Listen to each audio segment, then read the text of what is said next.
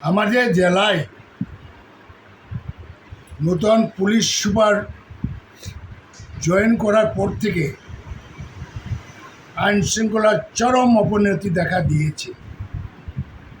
কৈলাসহরের মানুষ শান্তিপ্রিয়, শান্তিভাবে বসবাস করতে চায়, কিন্তু দেখা গেল শহরের মধ্যে মানুষের বাড়িতে দলবদ্ধভাবে দিনের বেলা হামলা করে, অফিস কাছারিতেও হামলা করে এবং মানুষের উপরে মারপিট করে। থানায় এফআইআর দিলে এফআইআর গ্রহণ করে না, এবং এখান থেকে গোপন সূত্রে আমরা পেয়েছি এসপি নাকি বলেছে ম্যাডাম যে এফআইআর নেবে না, যাতে করে এই ক্রাইম জিনিসটা কম দেখানোর জন্য। অথচ মানুষ আজকে বিপন্ন।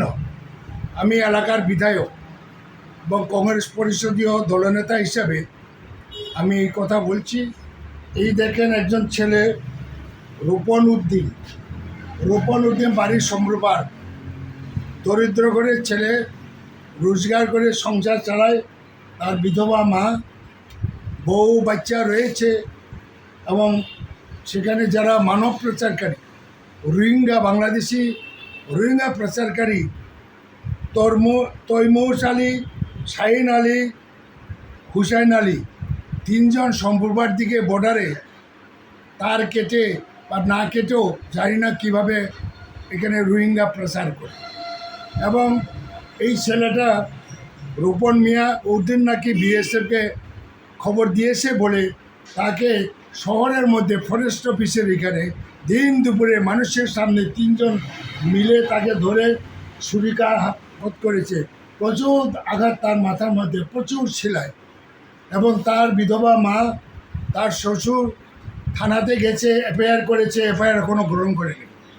এবং শুনেছি গোপন সূত্রে এসপি নাকি বলেছে সেই এফআইআর গ্রহণ করে। এবং আমি এসপিকে চিঠি লিখছি, যদি এসপি কোনো ভিড় ব্যবস্থা না নেয় তা আমি হাইকোর্টে দ্বারস্থ হতে বাধ্য হব।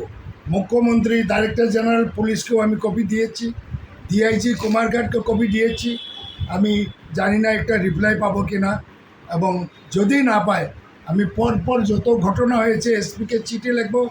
আমি পরিষদীয় দলনেতা এবং এলাকার এমএলএ হিসাবে, নাহলে হাইকোর্টে আমি দ্বারস্থ হব। এছাড়া কোনো উপায় নেই, হাইকোর্টে আমি এসপিকে দাঁড় করাবো, এই ব্যবস্থা করব। এবং আমি আপনাদের মাধ্যমে রাজ্যের মুখ্যমন্ত্রীকে, ডাইরেক্টর জেনারেল পুলিশকে আমি অনুরোধ করছি, ইমিডিয়েটলি যতগুলো ক্রাইম হয়েছে দিন দুপুরে, এগুলার আসামিদের যাতে ধরা হয় 24 ঘন্টার মধ্যে।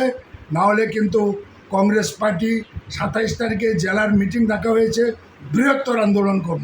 প্রয়োজনে 24 ঘন্টা জেলা বন্ধ করব। প্রয়োজনে এসপি ডিএমএ বাড়ির সামনে হাজার হাজার লোক নিয়ে আমি ধর্নায় বসব। এছাড়া কোনো উপায় নাই।